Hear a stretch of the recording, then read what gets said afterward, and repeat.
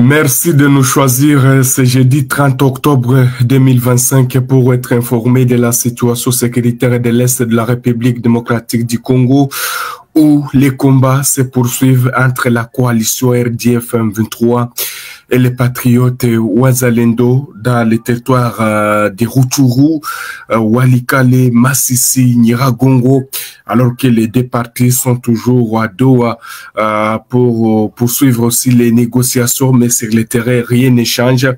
Nous commençons dans le Nord Kivu, plus précisément dans le territoire de Rutshuru, dans la chefferie de Bwito, où de violents affrontements opposent la coalition RDF M23 aux résistants Wazalendo du mouvement CMCFDP dirigé par le général autoproclamé Dominique Ndaroute.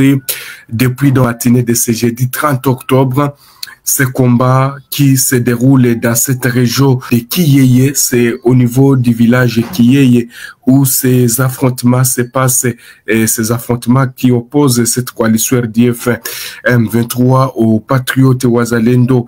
Alors vous devez retenir que le village de Kiyeye est situé sur la route Kashuga-Nyanzale en territoire de Rutshuru.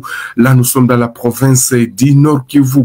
Alors selon nos sources à Kashuga, ces affrontements ont éclaté depuis la journée d'hier, mercredi 29 octobre 2025, puisqu'on l'a toujours dit, rien ne peut pas se passer sans qu'on enregistre des affrontements entre la coalition RDF M23 et les patriotes Wazalendo. Alors, ces affrontements ont commencé hier et se sont donc poursuivis jusqu'à ce jeudi 30 octobre 2025 dans le village de Kiyeye.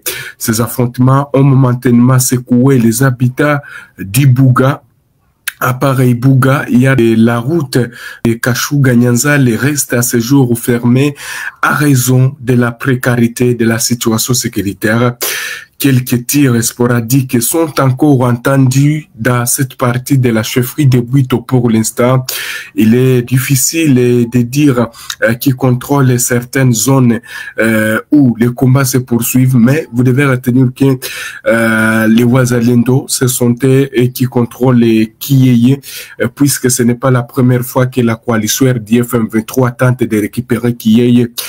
Kiyeye n'est pas loin, c'est à une dizaine de kilomètres de Nyanzale centre.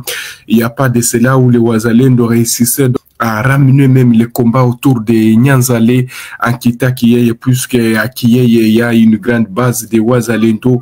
Alors la coalition RDF M23 a toujours tenté de récupérer cette localité de Kiyeye, mais qui jusque-là reste sous contrôle des résistants Wazalendo, même jusqu'à ce net moment.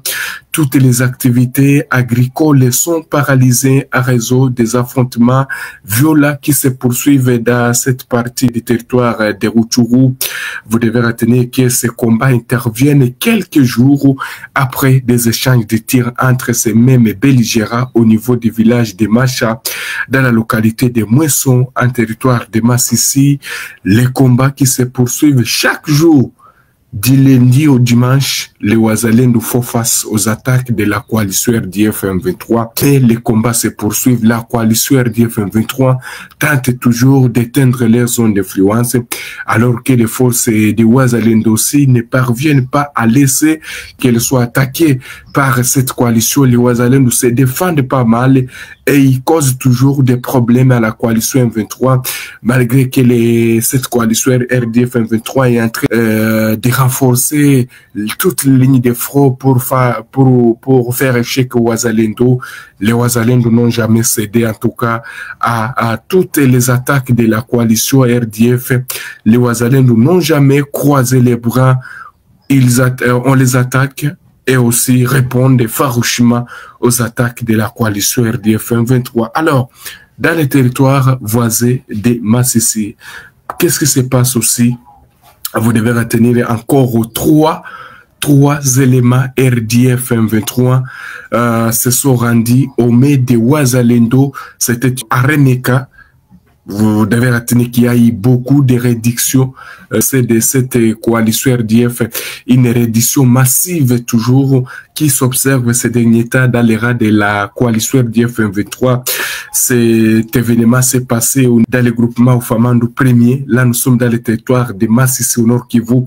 Selon des sources sécuritaires, ces rebelles du M23 se sont rendus avec leurs armes.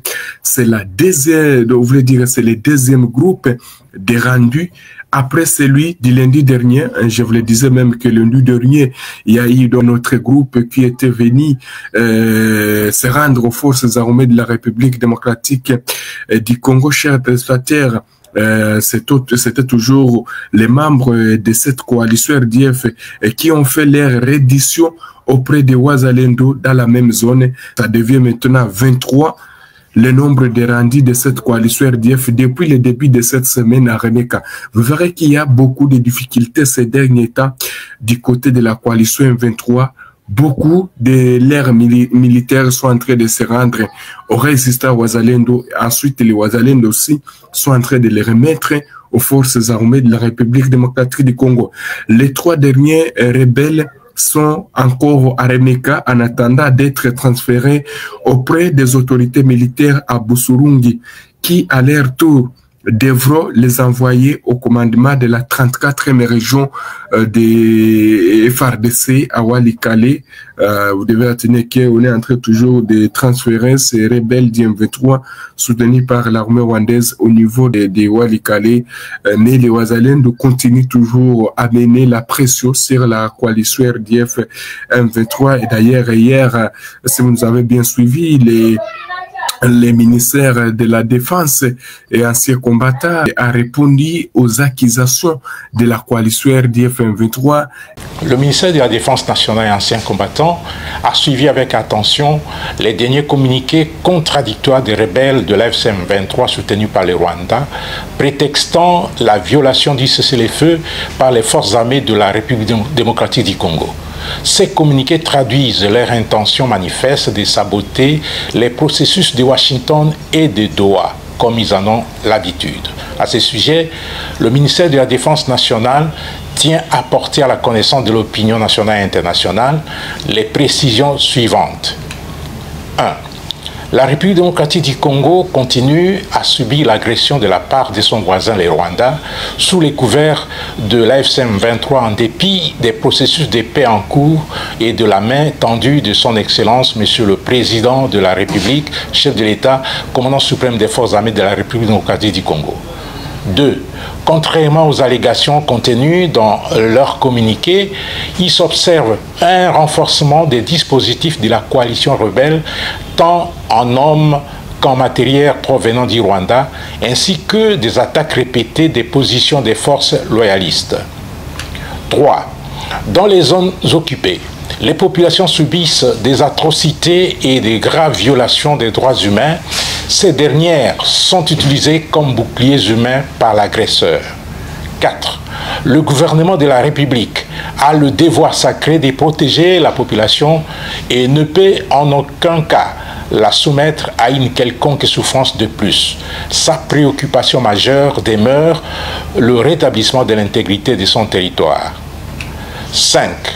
Les forces armées de la République démocratique du Congo restent mobilisées, disciplinées et engagées pour défendre l'intégrité territoriale, protéger la population et restaurer la paix dans toutes les zones occupées. 6. Enfin, le ministère de la Défense nationale appelle la population à rester calme et vigilante et à faire confiance à son armée.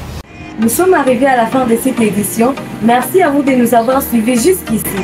Si vous avez apprécié ces contenus, n'oubliez pas de vous abonner à notre chaîne, d'activer la cloche de notification pour ne rien manquer de nos prochaines vidéos. Likez et partagez cette vidéo. On se retrouve très prochainement. À bientôt.